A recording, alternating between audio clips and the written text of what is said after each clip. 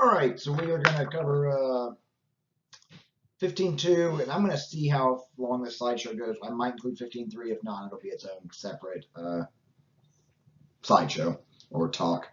So 15.2 covers anxiety disorders. A couple of notes that we want to be mindful of with anxiety is some degree of anxiety is normal. It's a safety mechanism that we have. It's an evolutionary gift that protects us and tells us when a threat is present. Where it becomes diagnostic is where this anxiety starts disrupting daily functioning.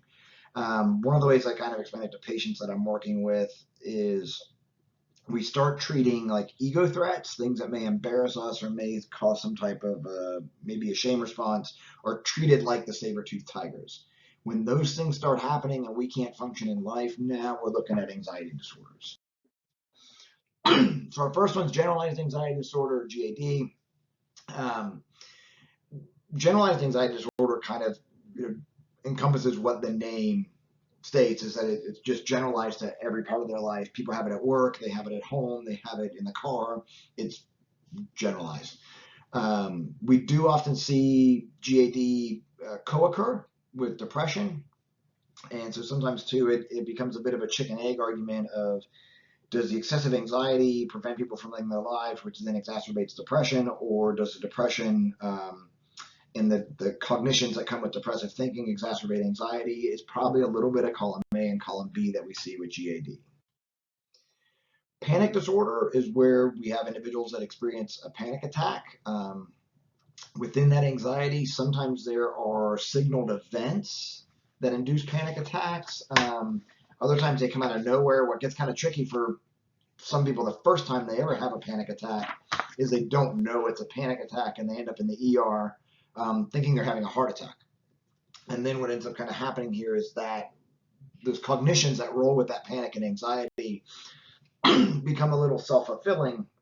So if someone had a panic attack at the grocery store, and then the next time they go to the grocery store, they start worrying and having anxiety about, what if I have a panic attack at the grocery store, which then makes the anxiety stronger, and they have a panic attack at the grocery store, and this tends to kind of snowball on individuals, and then they start worrying about, what if I have it here, or what if I have it there, within the panic disorders. And there are a lot of physiological symptoms that come with this. There's hyperventilation, there's the tightness of chest, there's butterflies in the stomach, there's increased sweating and a galvanized skin response that we see within panic disorders, which is often why it is misinterpreted as people having a heart attack.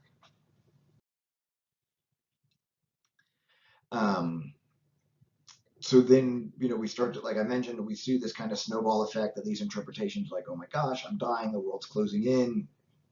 And then they start to perceive these symptoms as being uncontrollable and life-threatening. And as a result of this, we increase the likelihood of more panic attacks to occur. Our treatments for are psychotherapy. There's a number of different therapies that work with anxiety and panic disorders, which we'll talk more about in the last section of this chapter. But there's cognitive behavior therapy, there's acceptance and commitment therapy, there's dialectical behavior therapy. So there's a number of different talk therapies that help with this. There are some medications that are used, some antidepressant drugs. Some of the concerns, which I think we'll talk about here in the next couple of slides, is anti-anxiety medications like benzodiazepines help reduce the anxiety with panic, and the withdrawal effects when people become addicted to those is heightened anxiety and more like the higher likelihood of panic attacks.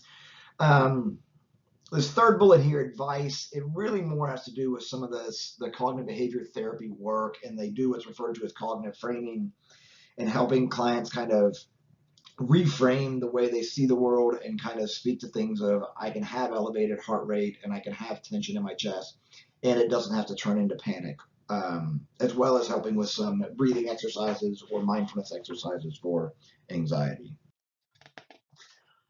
Some co-occurring disorders that happen here are social phobias and agoraphobia. By definition and for test purposes, agoraphobia is fear of public places or fear of being in the open.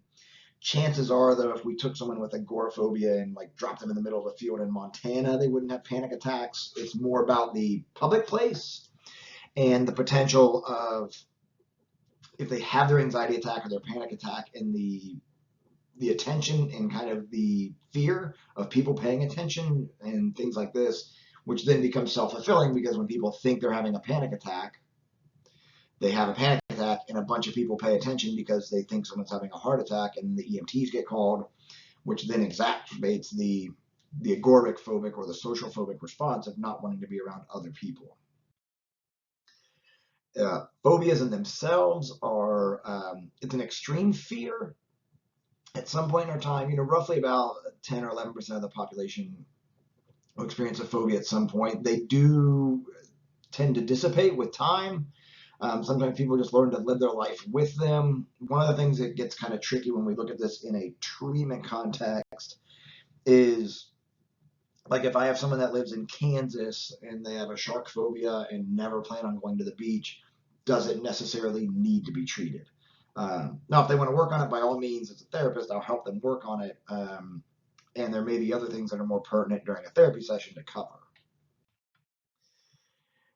So what we have kind of learned and know about fears is that, some fears have a higher potential to be learned faster. And when we look at some of the Evo psychology stuff, which we'll cover a slide here in a few minutes on this, is that the potential to learn some things is elicited quicker in some species than others, as well as the social learning context that we picked up from Bandura that we talked about with his social learning experiences, and seeing that. So, like, if I watch mom show a fear response to a snake, I don't need to go figure out that snakes are dangerous by playing with them or waiting for one to bite me. So we have this kind of this behavioral context that plays a role as well. And then there's reinforcements and punishment mechanisms put in place for things that may elicit phobias. If I'm a kid and I play with a dog and dog bites me, now there's a consequence that's put in place for playing with dogs, and my brain starts equating those cues or those signals of dogs being potential threats. The more I avoid something that causes an anxiety response, the stronger I actually make the anxiety, which is where we start to see phobias happen. One thing I want to be mindful of is, don't confuse kind of just being afraid of something or not liking things or finding something kind of icky as being phobic. So, like, if you found a spider in your bathtub, this week, and you went and had your roommate go kill the spider because you're afraid of spiders, that doesn't necessarily equate to having a phobia. If once roommate killed spider, you went and took shower, you're still able to live your life, go on with your activities of daily living. If you found a spider in your shower and roommate killed spider and you didn't shower for a week, now we may be talking phobia.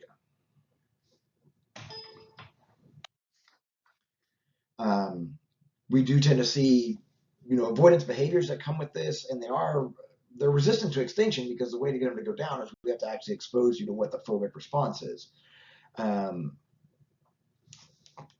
So we're, again, kind of being mindful. It becomes a phobia, kind of, quote unquote, is when it disrupts your daily life.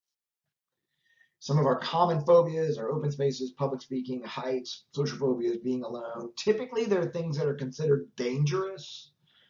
Snakes, spiders, dogs. You very rarely will you see like a phobia of bunny rabbits. Is it possible? Sure. We talked about John Watson's work that he did with little Albert and inducing a phobic response there. Generally, though, things that are considered kind of a threat in the world are more likely to have a phobic response.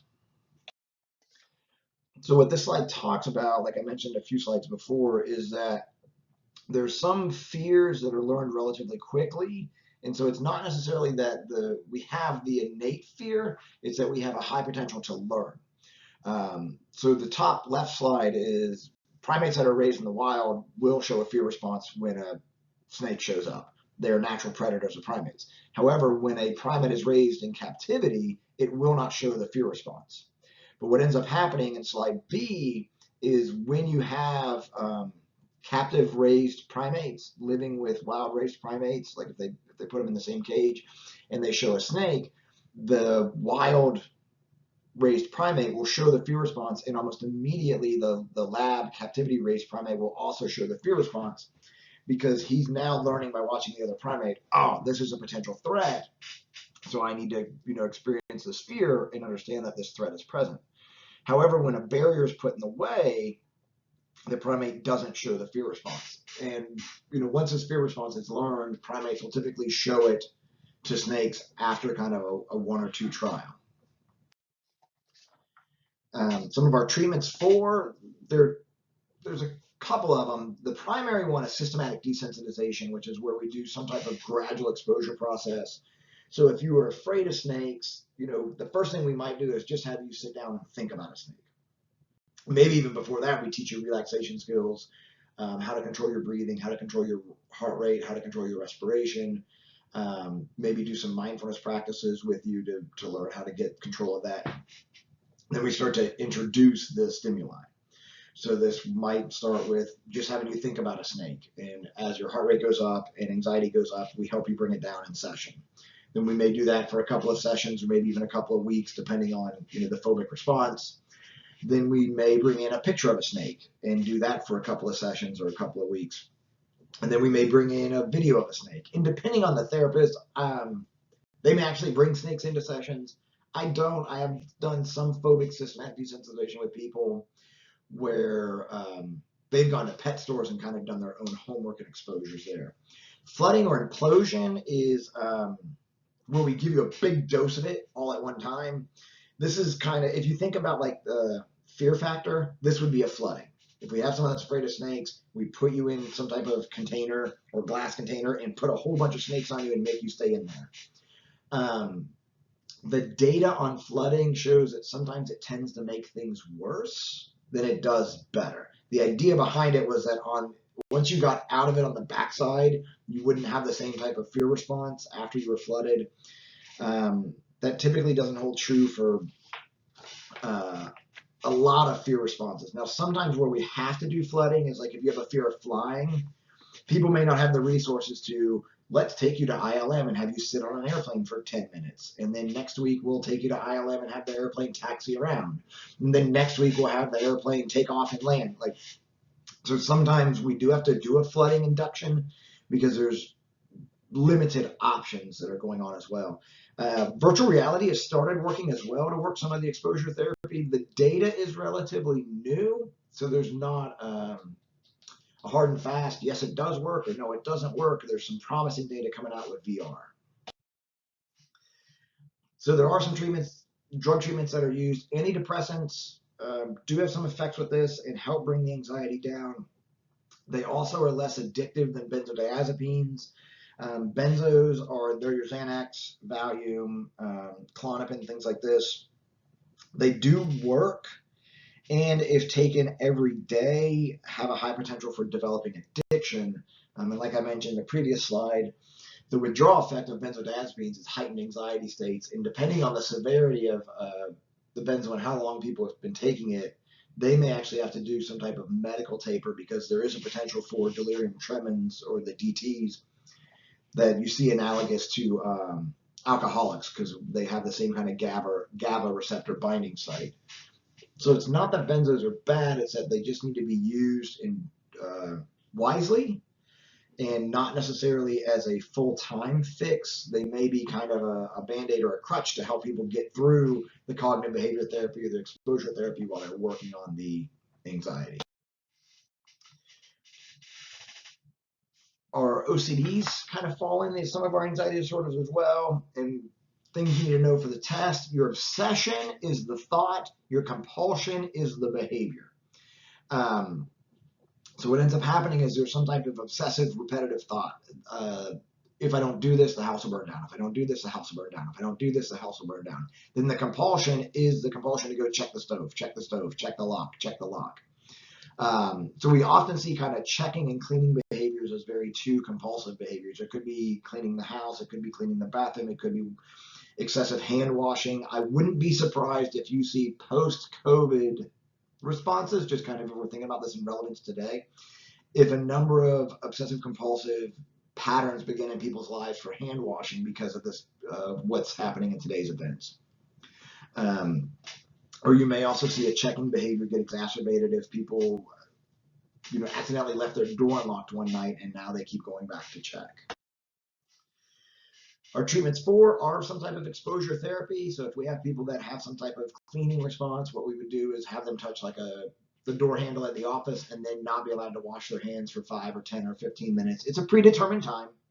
And then their homework is to kind of do that each day. And then the next week we extend it a little more, extend it a little more. It's a systematic desensitization process. There are some medications that are used, selective serotonin reuptake inhibitors, to help with some OCDs. There's a small number of the population that do develop OCD out of nowhere. There's something that happens neurologically in adolescence for some people to just like, it almost seems night and day that they wake up and just have OCD. It's a very small percentage of the population. When we look at anxiety disorders and OCD disorders, if we track back in people's history, we can typically start to find some type of causal root, whether it was like mom saying, don't play with snakes, they're going to bite you, they're poisonous, you're going to die, and then that just kind of snowballs into a phobic response, or there's something that occurred in someone's life where they did something, they forgot to lock something, they were told that if they don't wash their hands, they're going to get sick and die, that now this starts to kind of snowball. And the more we engage in the behavior, the more we start to kind of get the compulsions to build as well as some of the thoughts. So with anxiety, some anxiety is normal. It's necessary for life. It keeps us safe. It protects us. When it starts disrupting life is where it becomes diagnostic. Having a ritualized routine in your life doesn't make you quote unquote OCD. There are some things that we just do habitually in our life that are kind of patterns that may just be efficient for life. Sometimes it's a process that we learn because of something that's occurred in our life. And if you do a ritualized routine, it may just be what you do. It doesn't mean that you have OCD. When you can't stop doing it or it disrupts your life and you end up 30 minutes, 45 minutes, an hour late to work because you went back to check your stove 25 times, now we're talking OCD and diagnostic stuff. We won't have time to get into it, but just kind of a note, there is also an Axis 2 disorder called OCD-PD, which is obsessive compulsive personality disorder, which is where people's lives are a little more quirky and it just seems to be part of who they are. And they display some OCD type behaviors, which may not be as extreme as the OCD diagnosis that would fall into Axis 1 stuff.